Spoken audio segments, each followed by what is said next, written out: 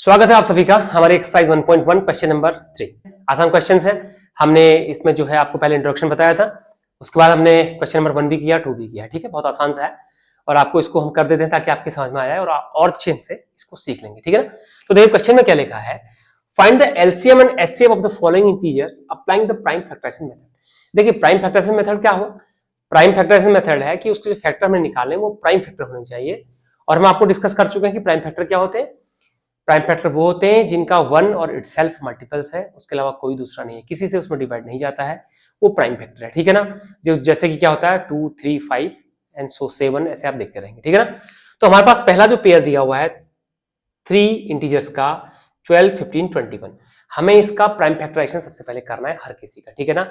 तो आप देखिए हमने क्या करना है, सबसे पहले हम 12 कर लेते हैं।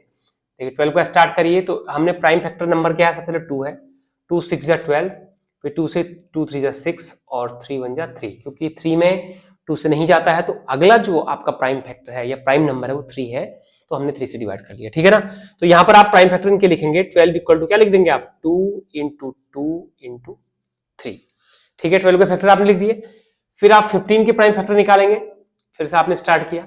तो आप जानते हैं 15 में 2 से डिवाइड नहीं होगा, आपके पास डिवाइजिबिलिटी टेस्ट है कि किसमें 3 से होता है किसमें 2 से होता है। ठीक है ना। उसके बाद आप जाइए इसमें 3 से होगा। ठीक है ना। तो 3 5 जा 15, ये हो गया। फिर 5 में आप जाएंगे, इसमें भी 3 से नहीं होगा तो आप 5 से होगा, 5 के पास गए, 5 1 जा 5, जब जो 1 आ गया लास्ट में रिमाइंडर, तो इसका मतलब उसका प्राइम फैक्टर कंप्लीट हो गया है, अब उसका कोई फैक्टर आगे नहीं बनेगा। ठीक है ना। तो अब आपने यहाँ पर 15 लिखना है, 15 के आपने प्राइम फैक्टर लिख दें 3 इंटू 5। ठीक है। अब अगला आपका है 21। ठीक है। तो 21 के फिर आप क्या करेंगे, 21 के प्राइम फैक्टर आप निकालेंगे 21, ये देखिए 21 हो गया। तो 21 में 2 से नहीं जाता है, 3 से करेंगे, 3 7 जा 21, 7 में 3 से नहीं जाएगा, 5 से नहीं जाएगा, 7 से जाएगा, प्राइम नंबर है 7 भी, 7 में जा 7 1 आ गया, इसके फैक्टर हो गए 3 इंटू 7। ठीक है। तो पहले आपने प्राइम फैक्टर निकाल दिए, ये बहुत नॉर्मल सी बात आपके लिए हो गई है क्योंकि आप सीख चुके हैं कि प्राइम फैक्टर कैसे निकाले जाते हैं। ठीक है ना। ध्यान से आप पढ़िए, क्लास 10 के आप स्टूडेंट हैं, आपने बहुत सारी चीजें फटाफट भी करनी है और बहुत सारी चीजें आपने बिना सॉल्व किए भी निकाल देनी है। अगर आपको 12, 15 और 21 का प्राइम फैक्टर करने को आता है तो आपको ओरल आना चाहिए, इतना आपकी स्किल को आप बढ़िया करिए। ठीक है ना। चलो नहीं भी आता लेकिन समझिए कि मैं कैसे करूंगा, तो ये आपने फाइंड आउट करना है। ठीक है ना। तो सबसे पहले आपको इसका निकालना है एलसीएम। तो मैं जब इसका एलसीएम लिखता हूं तो मैंने आपको पहले ही बताया कि एलसीएम का क्या मतलब है, लोएस्ट कॉमन मल्टीपल्स। किसका लोएस्ट कॉमन मल्टीपल्स, इन तीनों का लोएस्ट कॉमन मल्टीपल्स आपने निकालना है। तो मल्टीपल्स का मतलब क्या है कि ऐसा डिजिट जिसमें ये तीनों क्या करेंगे, डिवाइड करेंगे। तो हम इसमें फैक्टर कॉमन लेंगे। तो सबसे पहले मैंने आपको क्या कहा था, वो फैक्टर लेना है जो उन तीनों के प्राइम फैक्टर में उपलब्ध है, या उन दोनों के, या उन चारों के, या उन पांचों के, जिनका हमने एलसीएम निकालना है। तो यहां पर 3 है, तो सबसे पहले आपने वो फैक्टर लिखना है कॉमन जो उन तीनों के प्राइम फैक्टर में मौजूद है, जिसमें से क्या है 3 3 3। तो सबसे पहले आपने क्या लिखा 3 इंटू, देखिए आप कोई भी हमारी 3 लाइन में उपलब्ध नहीं है, फिर आपने लिखना है जो 2 लाइंस में है। तो दो किसी भी, चाहे इन 2 लाइंस में, चाहे इन 2 लाइंस में, चाहे इन 2 लाइंस में, या इन 2 लाइंस में।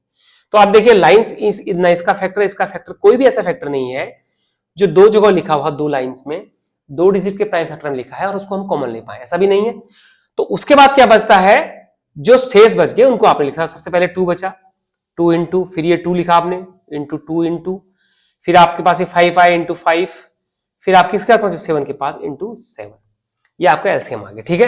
तो इसको आप मल्टीप्लाई करेंगे, कैसे करेंगे, 2 3 जा 6, 6 2 जा 12, 12 5 जा 60 और 67 जा 420। देखिए ये इसका एलसीएम आ गया, आपने एलसीएम निकालना था तो ये इसका एलसीएम आ गया। अब आपने इसका फाइंड आउट करना है एचसीएफ। ये देखिए आपको यहां पर ये भी समझना है कि डिफरेंस क्या है एलसीएम एचसीएफ में।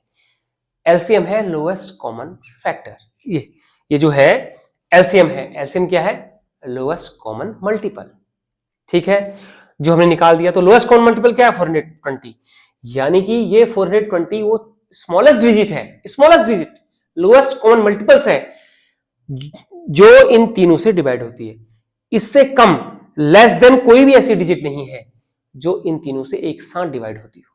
ठीक है, इसलिए एलसीएम की वैल्यू है। अब हमने करना है HCF. HCF highest common factor.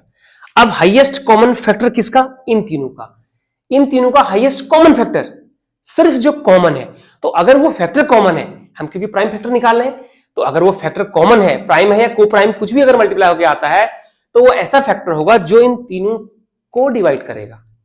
जो इन तीनों को डिवाइड करेगा वो एचसीएफ होगा। तो एचसीएफ में उन्हीं को लिखते हैं, उसी प्राइम फैक्टराइजेशन को, उसी प्राइम फैक्टर को लिखा जाता है जो उन तीनों के प्राइम फैक्टर में उपलब्ध है। ठीक है ना? आप देखिए एचसीएफ हमने किसका निकाला? इन तीनों का। तो सबसे आपने क्या करना है कि इन तीनों में जो तीनों जगह उपलब्ध है ऐसा प्राइम फैक्टर निकालना है आपने, 3। अब मल्टीप्लाई, अगर कोई और भी है, 3 के अलावा भी अगर कोई और है वो भी हमने लिख देना है। लेकिन हम देख रहे हैं कि इस 3 के अलावा कोई भी नहीं है। 2 यहां कहीं नहीं है, 2 यहां कहीं नहीं है, 5 तीनों में नहीं है, 7 तीनों में नहीं, कोई भी ऐसा फैक्टर नहीं है जो तीनों लाइंस में है। ठीक है, तो इसका मतलब सिर्फ 3 है। तो इसका एचसीएफ कितना आ गया? 3। और देखिए 3 वो हाईएस्ट नंबर है जो इन तीनों को डिवाइड करता है। 3 4 जा 12, 3 5 जा 15 और 3 7 जा 21। इससे बड़ा कुछ नहीं है जो इन तीनों को डिवाइड करता है। समझ गए ना बात को? तो ऐसा आपने एचसीएफ निकाल दिया, तो ये दोनों का आंसर आ गया। ठीक है, तो हमने फर्स्ट कर दिया है। ठीक है, अब मैं इसको इरेज कर लेता हूं और सेकंड लिखता हूं, फिर सेकंड आपको बताता हूं। ठीक है ना?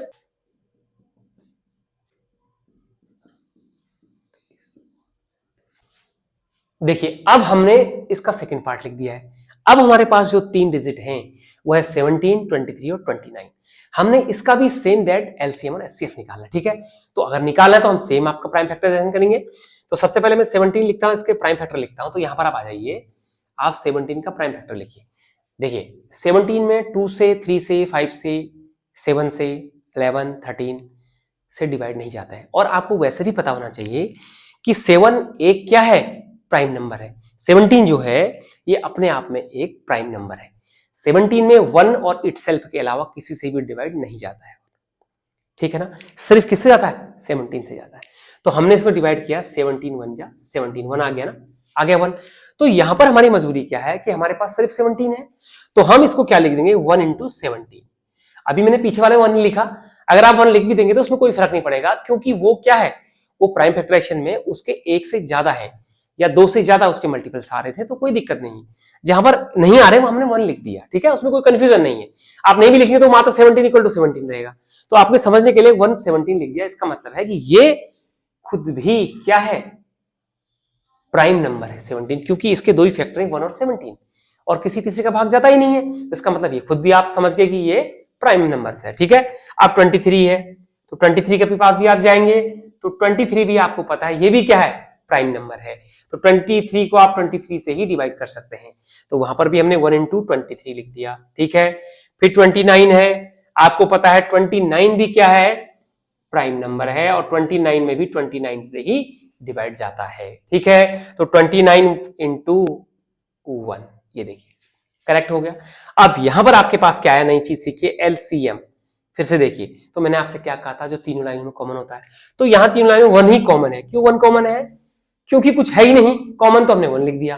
पर एलसीएम में एक फायदा यह है कि जो बची हुई चीजें भी होती हैं वो भी लिखी जाती हैं।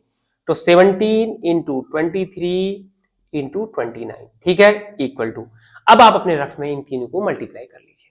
मल्टीप्लाई करके जो आएगा वो इसका आंसर हो गया, जिसको मैं लिख दे रहा हूं। ठीक है, देखिए मैं इसको लिख दे रहा हूं, ये इसका एलसीएम आ गया। एक आंसर आपने निकाल दिया इसका एलसीएम। एलसीएम पूछा था तो आपने इसका एलसीएम निकाल दिया। ठीक है ना? अब सेकंड आंसर आपका है एचसीएफ। देखिए एलसीएम आप इन तीनों को मल्टीप्लाई करिए अपने रफ में और आपका आंसर इतना आएगा। ठीक है, और आपने समझना है, उसको वेरीफाई भी आपने करना है कि मैंने सही लिखा है गलत लिखा है। ठीक है, अब एचसीएफ है। फिर मैंने एचसीएफ के बताया आपको हाईएस्ट कॉमन फैक्टर, जो फैक्टर हाईएस्ट है। अब चूंकि ये आपने देखा ये प्राइम नंबर है, तो जो नंबर प्राइम है वो 1 से और इटसेल्फ डिवाइड जाते हैं और किसी दूसरे से होते ही नहीं है। और वैसे भी आप देखिए तीनों लाइनों में कुछ भी कॉमन नहीं है 1 के सिवा, तो 1 तो प्राइम नंबर है इसलिए 1 है। तो इसका एचसीएफ कितना है? 1। इसका एचसीएफ कितना है? सिर्फ और सिर्फ 1। और ये आपके आंसर आ गए दोनों। तो एक बार आंसर लिख देंगे, एचसीएफ बराबर इतना, एलसीएम इक्वल टू इतना। तो ये क्वेश्चन आपका सॉल्व हो गया। ठीक है, पार्ट सेकंड भी हमने कर लिया। अब इसका पार्ट थर्ड करते हैं, इसको रेज कर लेते हैं। ठीक है, देखिए नंबर 3 है, इसका जो डिजिट है 8, 9 और 25। ठीक है, ये 3 डिजिट फिर से इसके आ गए और आपने वही करना है, LCM and HCF find out करना है। ठीक है ना? तो फिर से आप फैक्टर लिखिए, 8 का फैक्टर आप बनाइए। देखिए मैं बोल रहा हूं आपको मौखिक आ जाने चाहिए, लेकिन मैं आपको कर दे रहा हूं ताकि आपके समझ में आ जाए, पर आपको कुछ फैक्टर मौखिक भी आने चाहिए, ठीक है। अब हमें पता है कि 2 का क्या होता है क्यूब रूट, क्यूब 2 का क्यूब कितना होता है 8, और 8 का क्यूब रूट कितना होता है 2, तो 2 टू जा 4 टू जा 8, ये हमने लिख दिया।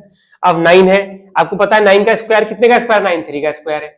ये सब चीजें आपको आनी चाहिए, 3 3 जा 9, 3 1 जा 3, ठीक है ना। ये तो ये कितना हो गया 3 इंटू 3, ठीक है ना।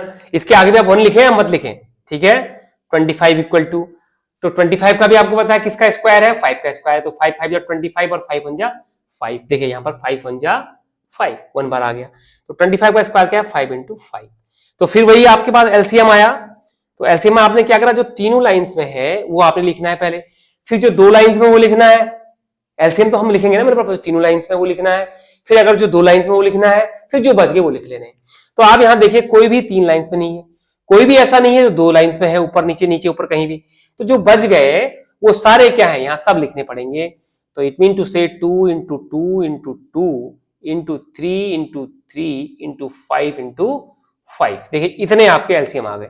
तो इसको आप मल्टीप्लाई करिए, तो कितना हुआ देखिए, 2 टू जा 4 टू जा 8, 8 3 जा 24, 24 3 जा 72, और 72 5 जा कितना हुआ आपका 160, और 365 जा कितना हुआ 1800 आपका एलसीएम आ गया, देखिए आ गया ना। इसका एलसीएम निकाल लिया, आप इसको भी मल्टीप्लाई कर लीजिए, मैंने मौखिक कर लिया आपको मल्टीप्लाई, ठीक है।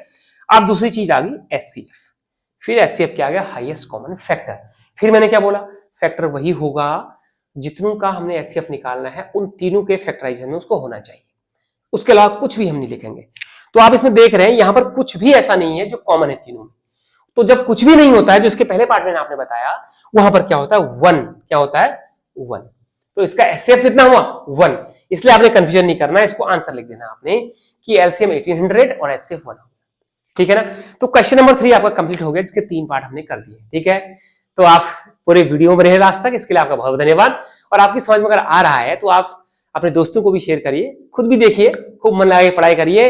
इस बार बोर्ड का एग्जाम देना है तो अपने अंदर थोड़ा जोश जगा के रखिए। मिलते हैं अपनी नेक्स्ट वीडियो में, तब तक के लिए थैंक यू वेरी मच।